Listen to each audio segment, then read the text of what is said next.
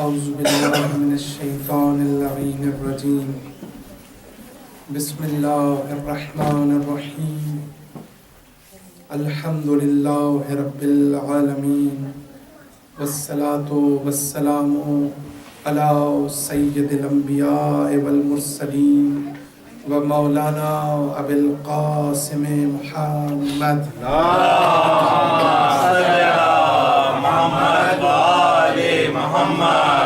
ثم الصلاة والسلام على أهل بيته الطيبين الطاهرين المعصومين أما بعد فقد قال الحكيم في كتابه المجيد وفرقانه الحميد بسم الله الرحمن الرحيم وإذا عزمت فتوكل على الله إن الله يحب المتوكلين صلوات اللهم صل على محمد وآل محمد. عزیزان محترم، آج ایک تاریخ کے مطابق ہمارے 8ویں امام رضا علیہ السلام کی شہادت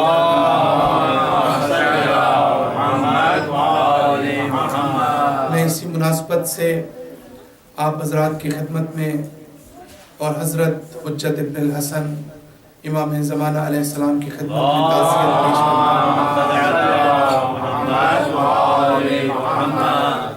چونکہ عام طور پر ہمارے ہاں اس دن کو شہادت کے طور پر نہیں منایا جاتا، بہت سی کمیونٹیز میں منایا جاتا ہے، لہٰذا میری یہ خواہش ہوگی کہ آج کی مجلس کے آغاز میں ہم ایک دو باتیں امام رضا علیہ السلام کے حوالے سے کریں اور اس کے بعد ہم اپنے موضوع کو انشاءاللہ جاری رکھتے ہوئے آج کچھ اور نئے اور اہم نکات کی طرف میں اشارہ کرنا چاہوں گا۔ امام رضا علیہ السلام کی زندگی یا ان جنرل ائمہ علیہ السلام کی زندگی کے مختلف پہلو ہیں جن پر بات کی جا سکتی ہے، بات کی بھی جاتی ہے اور بات کی بھی جانی چاہیے۔ اس میں سے ایک یہ ہے کہ ہم ائمہ علیہ السلام کی آپ کے جو اقوال ہیں، جو آپ سے روایات نقل ہوئی ہیں، ان روایات کو ہم اس پر غور و فکر کریں اور اس سے کسی میسج کو اخذ کرنے کی کوشش کریں۔ وہ عام طور پر چونکہ ہماری تقریریں اور ہم جس طریقے سے ائمہ کو انٹروڈیوس کراتے ہیں یا ان کے فضائل کو بیان کرتے ہیں، چونکہ میری فیلڈ ہے اور میری زندگی اس میں گزری ہے، لہٰذا اپنے تجربے کی بنیاد پر اور آپ حضرات کا تجربہ بھی ہے، وہ یہ ہے کہ ہماری تقاریر یا جب ہم ائمہ کو انٹروڈیوس کراتے ہیں تو وہ میسج اورینٹڈ نہیں ہوتی۔ میسج اورینٹڈ بنانا قرآن کو اور تعلیمات اہل بیت کو یہ بہت زیادہ اہمیت کا حامل ہے تاکہ ہم اپنی زندگی میں اس سے کچھ سیکھ سکیں۔ اگر ایک شخص جو ہے اس کو اللہ تعالیٰ بہت خوبصورت باغ عطا کرتا ہے، بہت خوبصورت گارڈن عطا کرتا ہے، مجھے یہ بتائیے کہ اگر وہ ساری زندگی دور کھڑا ہو کر اس باغ کی تعریف کرتا رہے لیکن اسے کبھی اس باغ کے پھلوں کو سے استفادہ کرنے کا موقع نہ ملے تو پھر ایسے باغ کی تعریف کرنے کا کیا فائدہ؟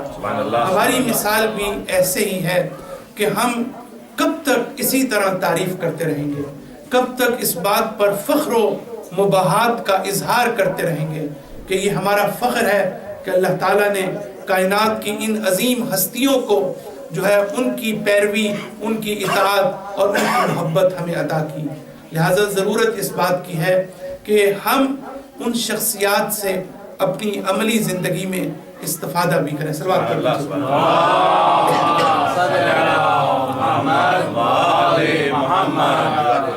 ایک روایت اور ایک چھوٹا سا واقعہ۔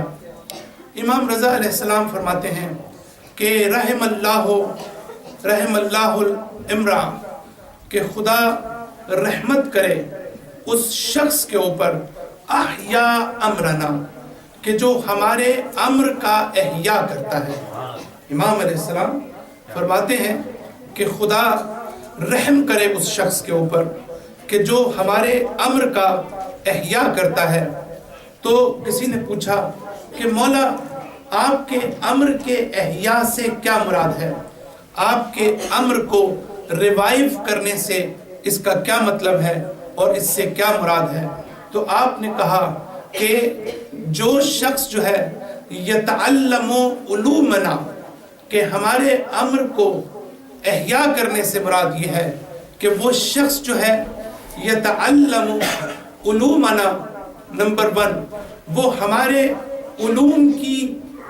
علوم کو حاصل کرے، ہمارے علوم کی تعلیم حاصل کرے، وَيُعَلِّمُهَا النَّاسِ، اور لوگوں تک اس علم کو پہنچائے۔ تو پہلی 2 چیزیں امام ہشتم علیہ السلام فرماتے ہیں کہ پہلے تو آپ تعلیم حاصل کریں۔ تو یہ علم کا لفظ آیا ہے، نالج کا لفظ آیا ہے۔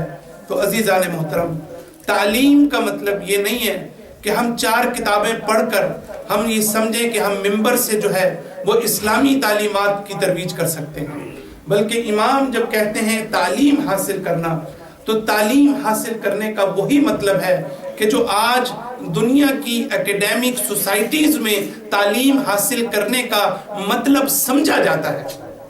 لہٰذا آپ تعلیم حاصل کریں، اور جب آپ تعلیم حاصل کر لیں، جب آپ یہ کہنے کے قابل ہو سکیں کہ ہاں آپ نے اسلامی تعلیمات کو حاصل کر لیا ہے، ہمارے علوم کو حاصل کر لیا ہے، تو پھر وَيُعَلِّمُهَا النَّاسِ، کہ لوگوں کو تعلیم دیں۔ تیسرا حصہ جو آج جس پر میں اصل فوکس کرنا چاہتا ہوں، امام علیہ السلام ایک عجیب بات فرماتے ہیں، لَوْ عُلِمَ النَّاسِ محاسنا کلامنا، اگر لوگ ہمارے کلام کی، ہمارے علوم کی، ہماری تعلیمات کی حسن و جمال کو دیکھ لیتے، اگر اس کے محاسن کو سمجھ لیتے، اگر اس کی خوبیوں کو جان لیتے، لَتَّبَعُونَا، تو وہ ہماری اتباع کرنے لگ جاتے۔ تو وہ ہماری صلوات پڑھ دیجئے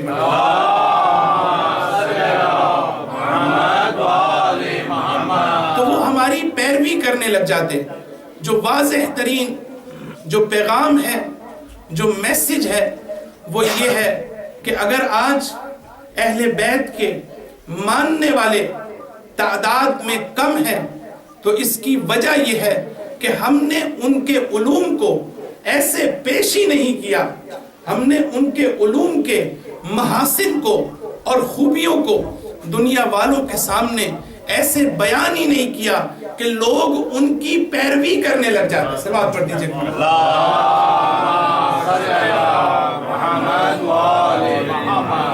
دوسری چیز، ایک مقام پر واقعہ طویل ہے، میں صرف بہت شارٹ کرتے ہوئے، امام علیہ السلام سے کسی کی کورسپونڈنس ہوئی، پھر کنورسیشن ہوئی۔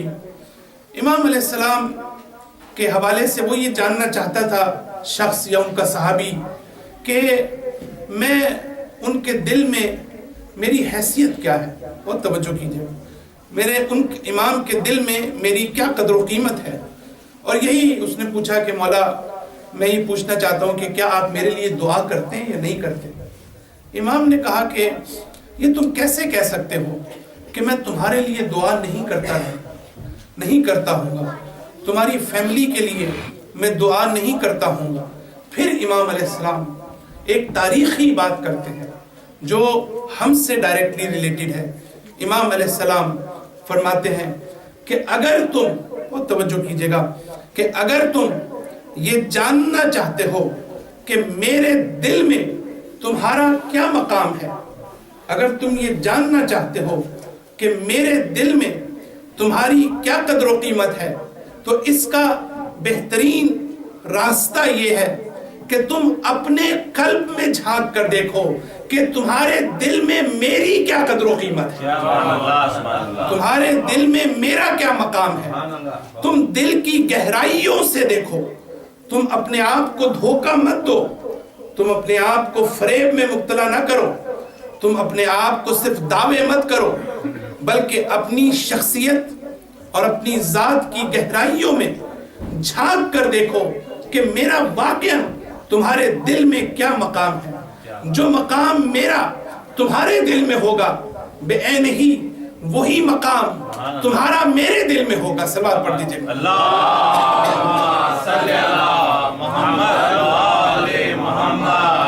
تیسری روایت امام علیہ السلام فرماتے ہیں کہ صدیق کل امرئ عقلہ و عدو کل امرئ جہلہ۔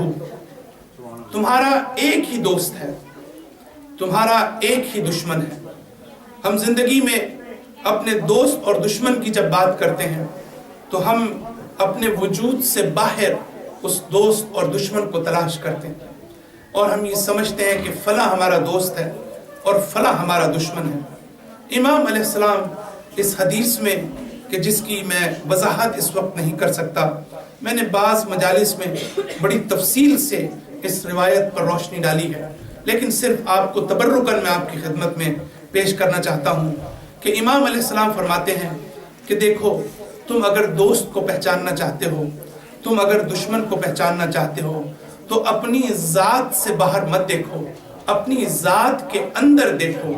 اگر کوئی اس دنیا میں تمہارا دوست ہو سکتا ہے تو وہ تمہاری عقل ہے، اگر کوئی دشمن تمہاری زندگی میں ہو سکتا ہے تو وہ تمہاری جہالت ہے۔ صلوات پڑھ دیجئے۔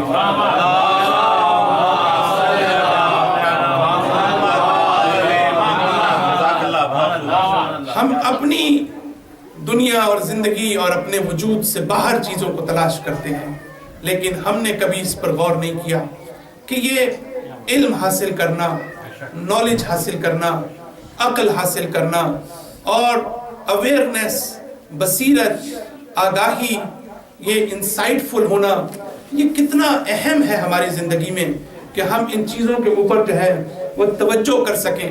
تو امام علیہ السلام فرماتے ہیں کہ دیکھو تم اپنی، اور یہی انبیاء کا مقصد ہے۔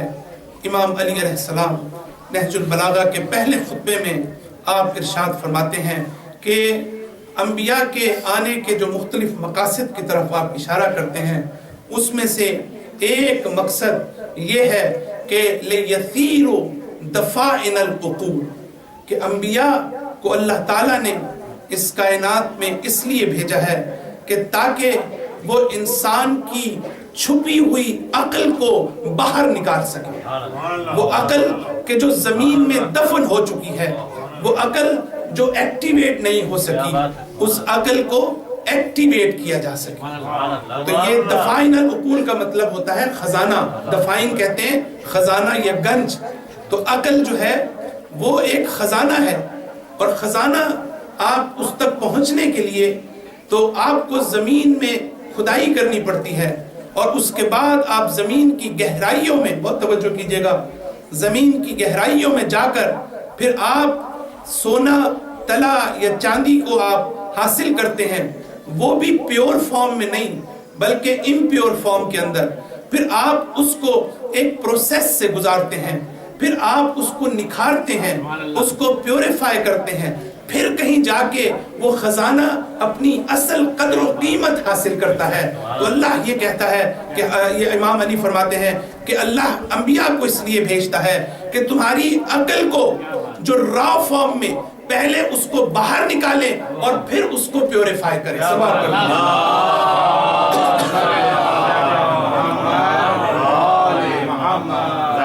کل کی مجلس میں ہم اس مقام تک پہنچے کہ حضرت زینب سلام اللہ علیہا مقام رضا کے اوپر فائز تھیں۔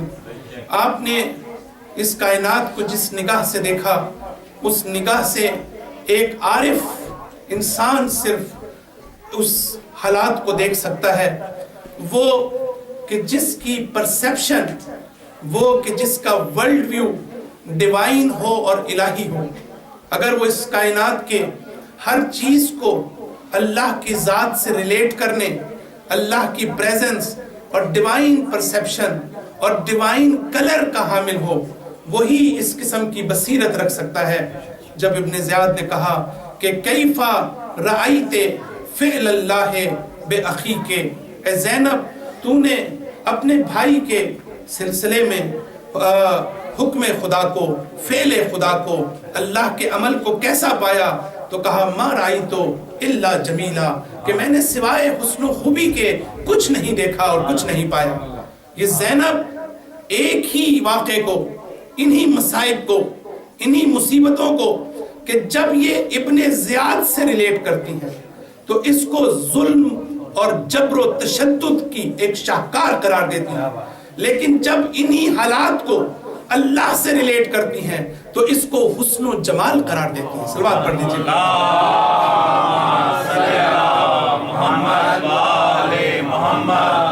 تو آج ہم اپنی گفتگو کو آگے بڑھاتے ہوئے اور اس کو جاری رکھتے ہوئے ہم 3 مفاہیم پر بات کرنا چاہتے ہیں۔ ایک ہے مقام توکل، ایک ہے مقام رضا، اور ایک ہے مقام تسلیم۔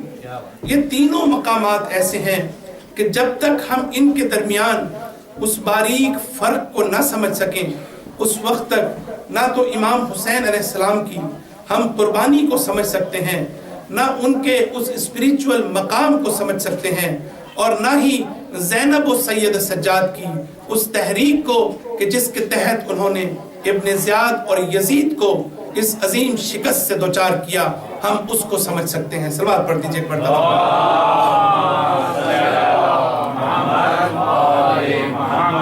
تو رضا کی مثال آپ نے دیکھی، اور حضرت زینب سلام اللہ علیہا جب اپنا تاریخی خطبہ یزید کے دربار میں شروع کرتی ہیں تو حضرت زینب سلام اللہ علیہا کہ اس خطبے کے آخری الفاظ کیا تھے، یہ ہمارے لیے جاننے کی ضرورت ہے۔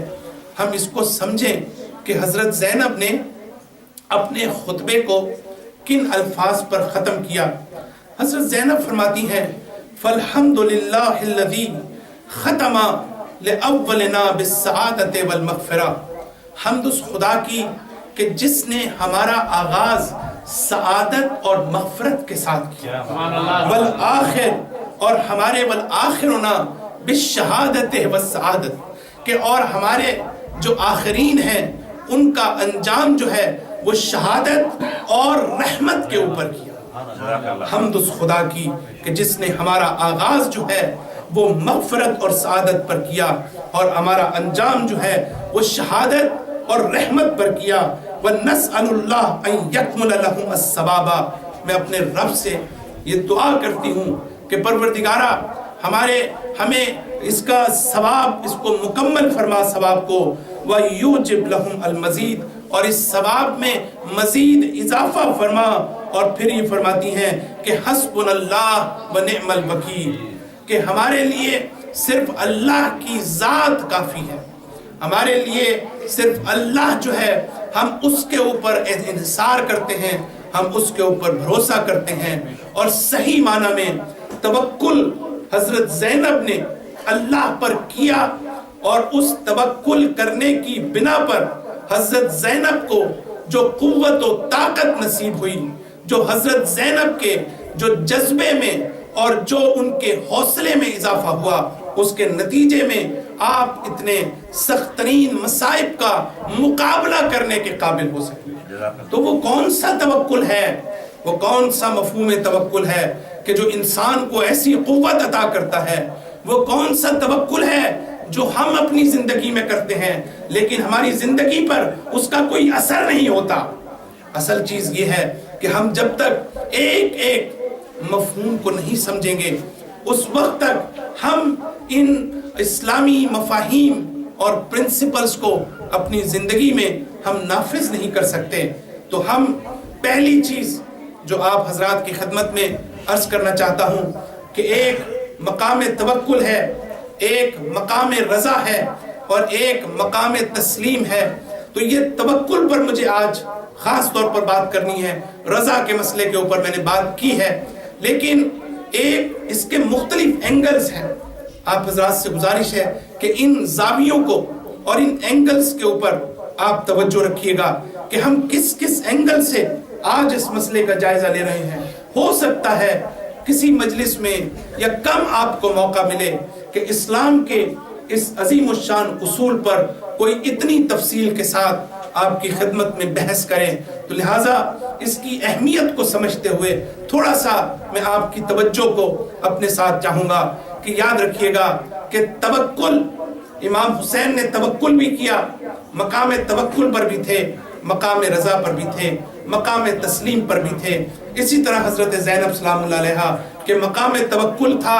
لیکن اب آپ اس سے ذرا ہٹ کر ان واقعات سے، کیونکہ وہ میں بعد میں اس کو امپلیمنٹ کروں گا کہ توکل کی کون سی قسم جو ہے وہ کربلا کے میدان میں موجود تھی، توکل کی کون سی قسم جو ہے حضرت زینب سلام اللہ علیہا جس کو ڈیل کر رہی تھی، یہ ایک الگ بحث ہے. لیکن توکل جب ہم کرتے ہیں تو اب میں آپ کو تھوڑا سا عرفان کی منازل کی سیر کروانا چاہتا ہوں تاکہ آپ کو یہ آئیڈیا ہو کہ یہ عرفان ہے کیا چیز، یہ مقام عرفان ہوتا کیا ہے.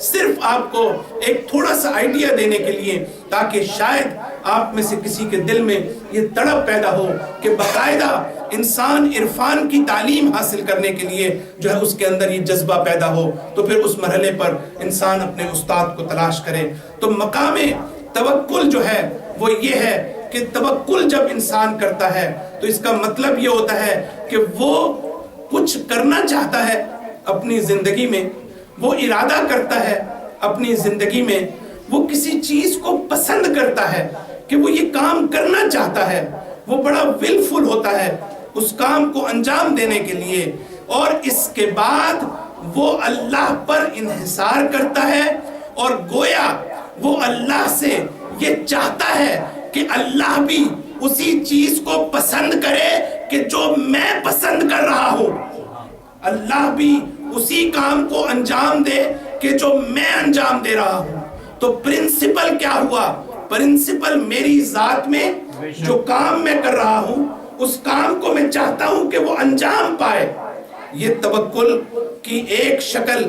لیکن جب ہم رضا کی منزل پر آتے ہیں تو رضا کی منزل میں یہ نہیں ہوتا کہ انسان ایک کام کو خود پسند کرتا ہے اور اللہ سے یہ ایکسپیکٹ کرتا ہے کہ اللہ وہی کرے جو میں چاہتا ہوں، بلکہ رضا میں یہ ہوتا ہے کہ انسان اس کو پسند کرتا ہے جو اللہ چاہتا ہے، اور جو اللہ چاہتا ہے میں بھی اسی کو پسند کرتا ہوں. سلام پڑھ دیجیے.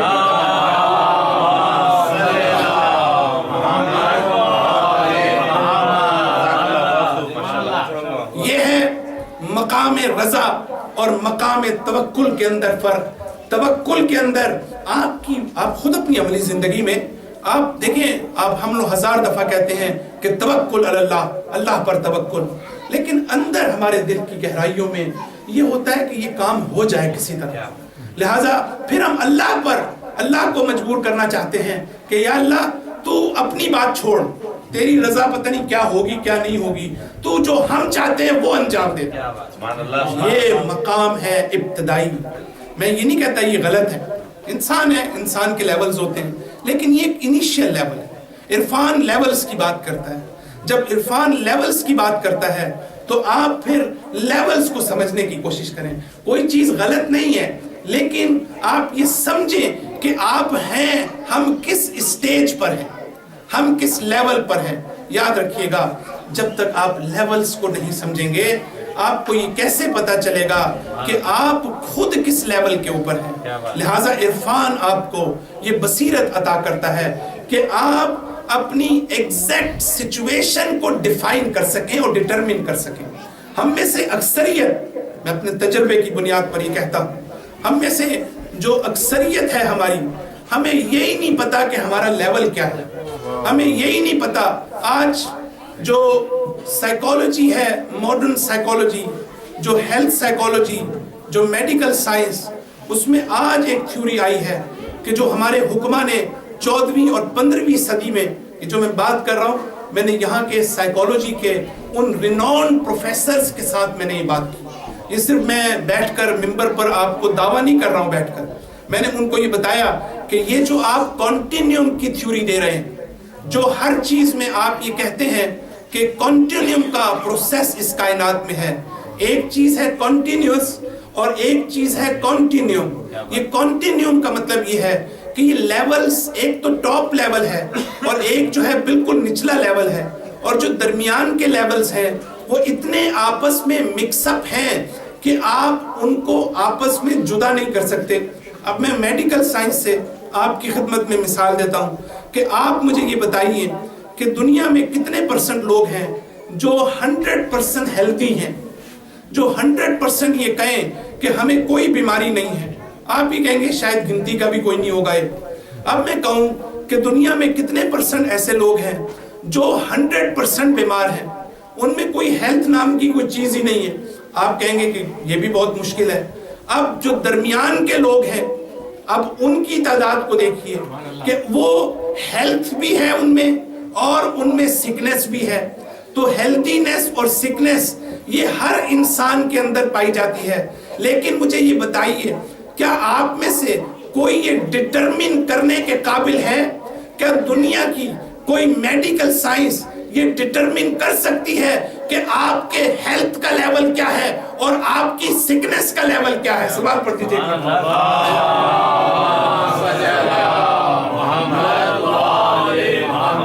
یہی پرابلم ہماری ساری ریسرچز کے اندر ہے. اتنی شدید پرابلم ہے کہ کاش کسی موقع پر میں تفصیل کے ساتھ اس پر بات کر سکوں.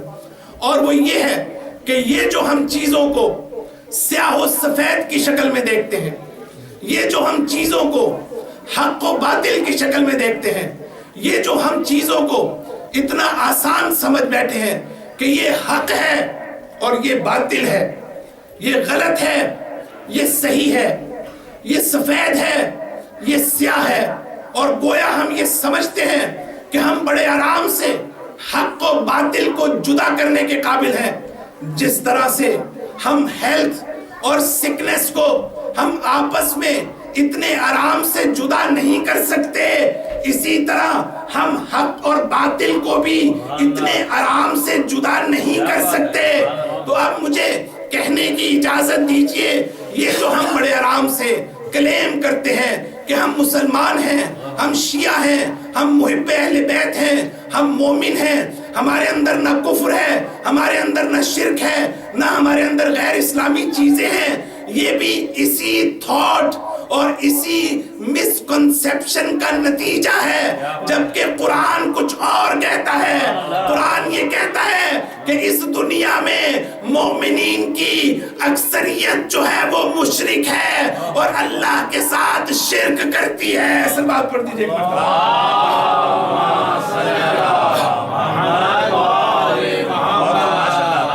اس کا مطلب یہ ہے کہ ہمیں بہت کوشیس ہونے کی ضرورت ہے. آج پرسنٹیج کا زمانہ ہے. یہ پرسنٹیج اسی لیے آئی ہے کہ تاکہ ایکوریسی آ سکے.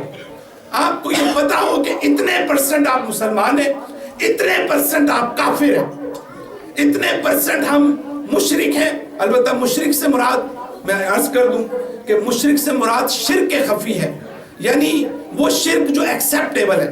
اللہ کہتے ہیں میں ایکسیپٹ کرتا ہوں, لیکن تمہیں ہائر لیول کی طرف آنا چاہیے. لہٰذا ہمارے اندر ہم جب, جیسے میں نے پہلے مثال دی, ہم جب دوا لینے جاتے ہیں, کتنے مشکل ہے ہمارے لیے اس بات کو سمجھنا کہ ہم یہ سمجھتے ہیں کہ یہ میڈیسن, اس میں اس کی ایفیکٹونیس پر ہم 100% یقین رکھتے ہیں.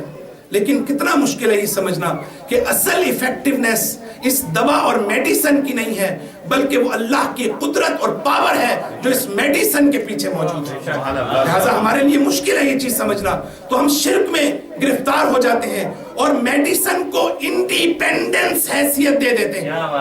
جب ہم اس کو انڈیپینڈنس دے دیتے ہیں, جب ہم اس کو مستقل قرار دے دیتے ہیں اللہ کی ذات سے, تو اس کے نتیجے میں ہم شرک میں داخل ہو جاتے ہیں. ہم ایک دوسرے پر انحصار کرتے ہیں.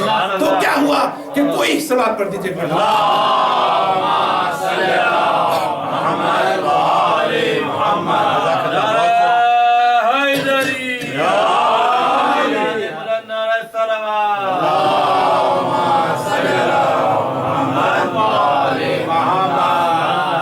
ہم ایک دوسرے کی مدد کرتے ہیں, ہم توقع کرتے ہیں. کتنی دفعہ ہمارے دل میں ہوتا ہے کہ کوئی ہمیں تو پرابلم نہیں، فلاں شخص ہماری مدد کرنے والا موجود ہے، اس کے ہوتے ہوئے اب یہ کتنی باریک منزل ہے کہ کب آپ شرک کی منزل میں داخل ہو جائیں۔ مولا کائنات اسی لیے فرماتے ہیں کہ شرک جو ہے سیاہ رات میں سیاہ پتھر پر چلنے والی سیاہ چیونٹی سے بھی زیادہ مخفی چیز ہے۔ یہ ہے وہ چیز جو امام علی فرماتے ہیں، جس کو سمجھنے کی ضرورت ہے۔ اب اس شرک کو ڈائگنوز کرنا اور اس کو ایڈریس کرنا کتنا مشکل کام ہے، لیکن ہمارے لیے یہ اتنا آسان بنا دیا گیا ہے کہ جیسے ہمیں یہ ایک پلیٹ میں ہمیں جنت لا کے رکھ دی گئی، دوسری پلیٹ میں ہمیں جو ہے وہ بتا دیا گیا کہ یہ ہے جہنم ہے، یہ فلاں چیز ہے، اور ہم نے گویا یہ انتخاب کر لیا ہے۔ آج نجی محفل کے اندر میں نے یہ مثال دی تھی، میں نے کہا تھا کہ ہماری پرابلم یہ ہے کہ ہم یہ سمجھتے ہیں کہ امام حسین جس چیز سے خوش ہوتے ہیں، اللہ جس چیز سے خوش ہوتا ہے، دونوں کے معیارات مختلف ہیں۔ ہم یہ سوچتے ہیں کہ اللہ کو اگر خوش کرنا ہو، بہت توجہ کیجئے گا، تو اس کے لیے ہمیں نماز پڑھنی پڑے گی، اس کے لیے ہمیں روزہ رکھنا پڑے گا، اس کے لیے ہمیں بڑی محنت کرنی پڑے گی۔ لیکن اگر ہم نے امام حسین کو خوش کرنا ہو تو وہ زیادہ آسان ہے، اس کے لیے ہمیں کچھ کرنے کی ضرورت ہی نہیں ہے۔ صرف ہم عاشورہ کے دن یا محرم میں ہم مجلسوں میں آ جائیں اور عزاداری کر لیں تو ہمارے لیے نجات کا سبب بن جائے گا۔ تو اس کا مطلب یہ ہے کہ اللہ کے مقابل پر ہم نے حسین ابن علی کی ایک الگ سورس کے طور پر کھڑا کر دیا ہے۔ تو ہم یہ سمجھتے ہیں کہ اللہ کی طرف جانے کا راستہ تو مشکل ہے، چلو حسین کی طرف چلے جائیں، یہ بھولتے ہوئے کہ اللہ اور حسین کے معیارات کے درمیان کوئی فرق نہیں ہے۔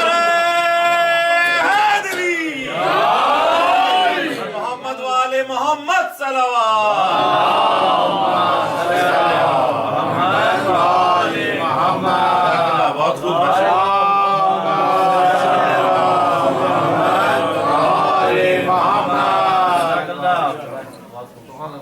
تو عزیزان محترم، ان چیزوں کو میں چاہتا ہوں کہ آپ اس پر غور کریں، اور مسئلہ بہت سیریس ہے، اور مسئلہ خود ہماری ذات کا ہے، ہماری ڈیولپمنٹ کا ہے، ہماری عاقبت کا ہے۔ قرآن میں نے جو جعفریہ کی میری مجالس تھی، اس میں پورا میرا فوکس بڑی تفصیل سے انٹرنیٹ پر موجود ہے، آپ سنیے گا۔ اس میں نے ساری مجالس کا میرا فوکس یہ تھا کہ اللہ قیامت کے دن کس انسان کو ایکسیپٹ کرے گا اور کس کو ریجیکٹ کرے گا۔ اس کو ایکسیپٹ کرے گا کہ جو قلب سلیم کے ساتھ اللہ کے پاس آئے، جو ہیلتھی ہارٹ اور ساؤنڈ ہارٹ کے ساتھ اللہ کے پاس آئے گا۔ تو اس کے اوپر توجہ کرنے کی ضرورت ہے۔ علیکم انفسکم، اگر مجھ سے، یہ آیت کے 2 لفظ پڑھے میں نے، اگر مجھ سے کوئی شخص یہ پوچھے، پہلی مرتبہ میں اتنی طویل مجالس جتنی میں پڑھ چکا ہوں، میں آج پہلی مرتبہ قرآن کی اس آیت کے بارے میں یہ تبصرہ کر رہا ہوں۔ ترجمے پر غور کیجئے گا۔ مجھ سے اگر پوچھا جائے کہ قرآن کی سب سے اہم آیت کون سی ہے، یہ آیت نہیں، یہ صرف 2 لفظ ہیں اس آیت کے، اور قرآن کی وہ پرنسپل ترین آیت کون سی ہے، تو میں کہوں گا کہ یہ آیت ہے۔ اگر انسان اس آیت کو سمجھ جائے، ان 2 لفظوں کو سمجھ جائے، تو اس کی زندگی تبدیل ہو جائے گی۔ اگر آج اتنے فرقے بن چکے ہیں دنیا میں، تو اس کی وجہ یہ ہے کہ ہم نے اس آیت پر غور نہیں کیا۔ اور آیت کیا کہتی ہے؟ اتنا سادہ ترجمہ کہ اے ایمان والو، اے لوگو، اے انسانوں، اپنے آپ کی فکر کرو، اپنے نفس کی فکر کرو، اپنی پرواہ کرو۔ بس یہ آیت ہے، علیکم انفسکم، کہ اپنی نفس کی فکر کرو۔ تم دنیا کو چھوڑو، تم اپنے بارے میں کچھ سوچو کہ تم کر کیا رہے ہو۔ بس یہی وہ چیز ہے کہ جس پر ہم کبھی غور نہیں کرتے عزیزوں۔ جب آپ کے رسول سے کسی نے پوچھا کہ یا رسول اللہ، یہ سوال ہے، اس سوال کا جواب دیجئے، رسول خدا نے جواب نہیں دیا اس کو، 3 انگلیاں ایسے کر کے اس کے دل پر رکھ دی، اس کے ہارٹ پر رکھ دی، اور کہا کہ اگر تم اپنے دل سے یہ سوال پوچھو تو تمہارا قلب کبھی تمہیں گمراہ نہیں کرے گا، کبھی تمہیں دھوکہ نہیں دے گا، لیکن شرط یہ ہے کہ you must be seeker of truth، کہ تم حقیقت کی جستجو میں ہو۔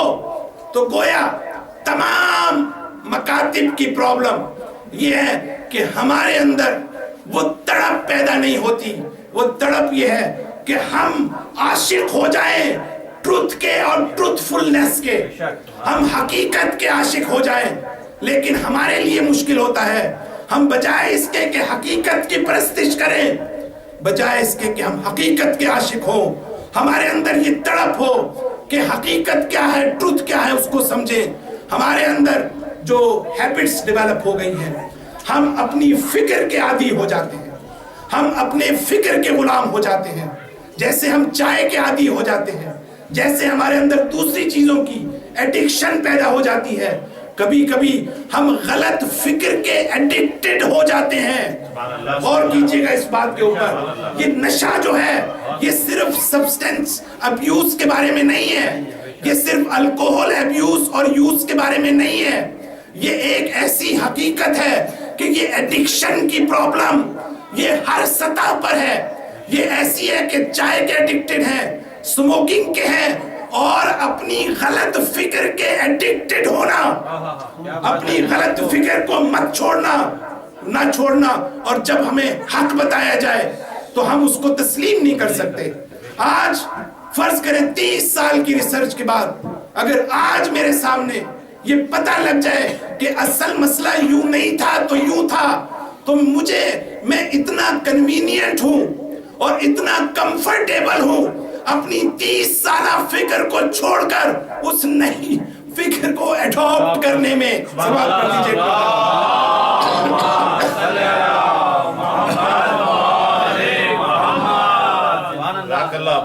تو لہٰذا ضرورت اس بات کی ہے کہ ہم اپنے اندر یہ صلاحیت پیدا کریں کہ ہم حق اور حقیقت کی طرف جائیں۔ اگر ہم سمجھتے ہیں کہ مکتب اہل بیت حق پر ہے تو یہ اس لیے کہ ہمارے ماں باپ شیعہ تھے، اس لیے کہ ہمارے ماں باپ اہل بیت سے محبت کرتے تھے، اس لیے کہ انہوں نے ہمیں ایسا ماحول دیا کہ ہم محبان اہل بیت شیعہ ہو گئے۔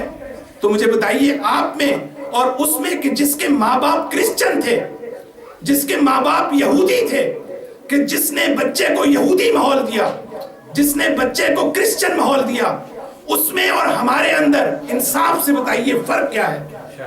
فرق عزیزو وہاں پر ہوگا کہ جب انسان، اگرچہ یہ نعمت ہے کہ کسی کو اتفاقاً حق مل جائے، ماحول مل جائے، انوائرمنٹ مل جائے، ماں باپ مل جائے، لیکن یہ قیامت کے دن کافی نہیں ہے۔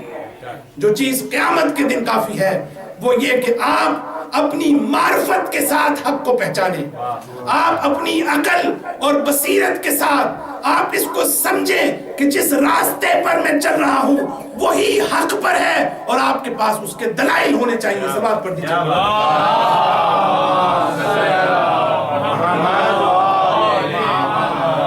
تو عزیزان محترم، یہ ڈیکارٹ جیسا جو عظیم فلسفی ہے آیت اللہ مطہری نقل کرتے ہیں۔ میں سمجھتا ہوں اب وقت کے دامن میں گنجائش نہیں ہے، میں نے آج کی تقریر جو مجھے کرنی تھی وہ میں نے 2% بھی نہیں کی، لہٰذا میں اس گفتگو کو آگے جاری رکھوں گا، لیکن آیت اللہ مطہری نقل کرتے ہیں کہ یہ شخص جو ہے وہ بائی ریلیجن ایک کرسچن تھا۔ جب اس سے کسی نے کہا کہ تم سمجھتے ہو کہ یہ حق پر ہے مذہب، تو اس نے یہ کہا کہ ہاں میرے نزدیک یہ مذہب حق پر ہے، لیکن فوراً ہی اس نے ایک عجیب بات کی، اس نے کہا کہ اگر کبھی زندگی میں میرے سامنے کوئی ایسا مذہب آیا کہ جس کو میں سمجھوں کہ وہ ہے حق پر اور یہ نہیں ہے تو میں اسی کو ایڈاپٹ کر لوں۔ اس نے میسج یہ دیا کہ اصل چیز یہ ہے کہ انسان جو ہے وہ کسی بھی صورت میں اپنے اندر بغض نہ رکھے، اپنے اندر عداوت نہ رکھے، اپنے اندر تعصب نہ رکھے، اپنے اندر انمیٹی نہ رکھے، اپنے اندر ہیٹریڈنس نہ رکھے۔ اگر یہ چیزیں انسان میں ہوں گی بعض دفعہ ہمیں علم کی پرابلم نہیں ہوتی، آخری بات اور بس بات کو ختم، بعض مرتبہ ہمیں نالج کی پرابلم نہیں ہوتی، ہمیں کوئی نئی انفارمیشن کی ضرورت نہیں ہوتی، بلکہ ہماری جو اخلاقی پرابلم ہے، جو آبسٹیکل ہے، یہ بھی ایک مقام عرفانی ہے کہ جو ہمارے دل میں جو رکاوٹیں ہیں، جو ہمارے دل میں جو ڈسٹ پڑی ہوئی ہے، یہ جو ہمارے دل جو پولیوٹڈ ہے، یہ پولیوٹڈنس آف ہارٹ کی وجہ سے کبھی ہم حق کو فیس یا تسلیم کرنے کے لیے تیار نہیں ہوتے۔ یہ بہت امپورٹنٹ ہے۔ شیطان جو ہے وہ اللہ کی خالقیت کو بھی مانتا تھا، وہ یہ جانتا تھا کہ اصل خالق اللہ ہے، اس کا نبوت کے اوپر بھی اعتماد تھا کہ پروردگارہ تیرے صالح بندوں کو میں گمراہ نہیں کر سکتا، وہ ڈے آف ججمنٹ پر بھی ایمان رکھتا تھا۔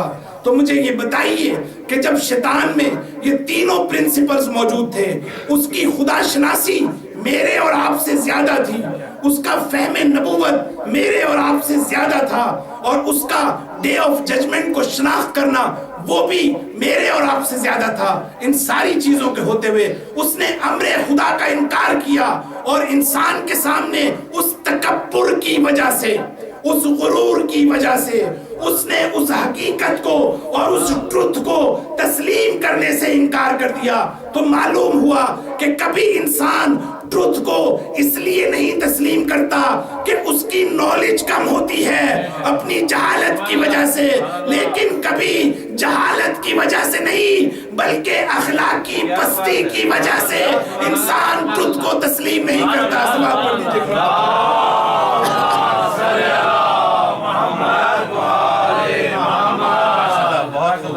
یہی سچائی اور یہی ٹروتھفلنس ہم کربلا والوں میں اور زینب و ام کلثوم اور سید سجاد کی اس تحریک میں دیکھتے ہیں، اور یہی وہ بنیادی میسج ہے، یہی وہ بنیادی معرفتی اصول ہیں کہ جن میسیجز کو ہمیں قدم قدم پر اخذ کرنا چاہیے، اور یہی وہ چیزیں ہیں کہ جس سے ہم اپنی زندگی اور اپنی دنیا و آخرت کو سنوار سکتے ہیں۔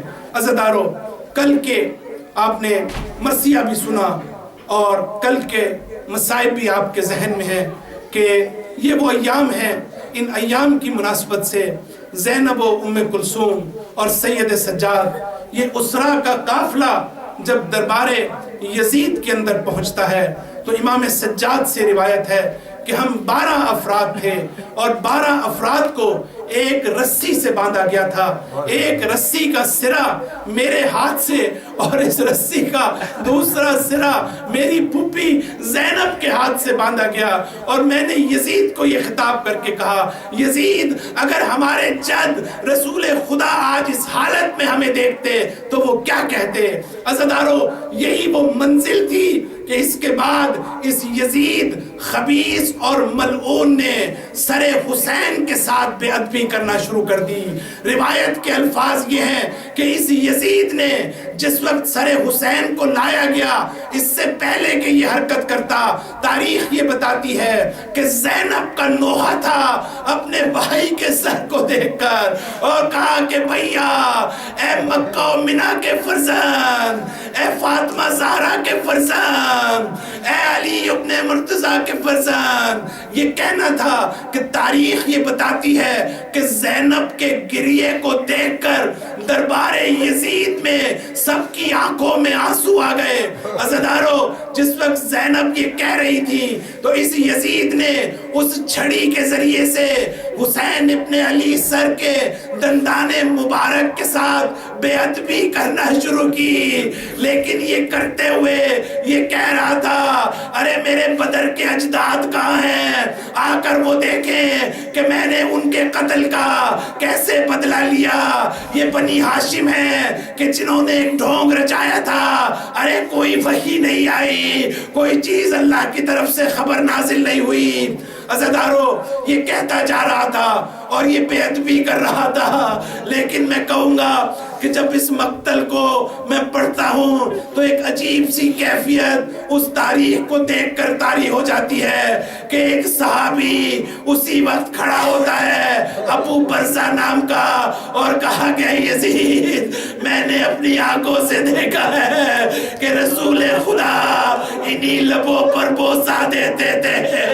اے یزید تو یہ بے ادبی نہ کر۔ میں یہ پوچھوں گا کہ عزادارو، ایک تاریخ کا وقت تھا جب حسین چھوٹے سے تھے تو یہ رسول اللہ اپنے کسی فرزند، اپنے کسی نواسے کے ساتھ رسول نے ایسا نہیں کیا جو حسین کے ساتھ کسی ایک جگہ پر نہیں بلکہ مختلف موقعوں پر کبھی حسین کے لبوں کا بوسہ لیتے، کبھی حسین کے گلے کا بوسہ لیتے، کبھی حسین کے اس سینے کا بوسہ لیتے جس پر شمر ملعون کے پاؤں رکھے گئے۔ عزادارو مجھے یہ بتائیے اس وقت کسی کو کیا پتا تھا کہ حسین کے لبوں کا بوسہ کیوں لیا جا رہا ہے، حسین کے گردن کا بوسہ کیوں لیا جا رہا ہے؟ لیکن آنے والی تاریخ اور یہ شجاع صحابی یہ یزید کو کہتا ہے، یزید ابھی تو میں زندہ تھا، میں ہوں زندہ اور دیکھا اپنی آنکھوں سے کہ رسول خدا ان لبوں کا بوسہ لیتے تھے۔ عزادارو یہ ایک واقعہ، لیکن اس کے فوراً بعد وہ یہودی عالم جو دربار یزید میں تھا ایک مرتبہ یزید کو خطاب کر کے کہتا ہے، اے یزید یہ کس کا سر ہے کہ جس کی تو بے ادبی کر رہا ہے؟ یزید نے کہا یہ علی ابن ابی طالب کا فرزند ہے۔ اس نے جواب دیا، ارے اس کی ماں کا نام کیا ہے؟ کہا یہ فاطمہ زہرا کا فرزند ہے، یہ رسول کی بیٹی کا فرزند ہے۔ یہ کہنا تھا کہ وہ یہودی عالم چلا اٹھا، اے یزید خدا کی قسم ہمارے موسیٰ ابن عمران کا اگر کوئی نواسا ہوتا تو اے یزید ہم اس کی ایسے پرستش کرتے جیسے خدا کی پرستش کی جاتی ہے۔ ارے یزید ابھی تو تمہارے رسول کو اس دنیا سے گئے ہوئے تھوڑا ہی عرصہ ہوا ہے اور اس کے نواسے کے ساتھ یہ سلوک۔ اللہ لعنت اللہ علیہ قوم الظالمین، سیعلم الذین ظلموا ای منقلب ینقلبون۔ اللہم اغفر للمؤمنین والمؤمنات والمسلمین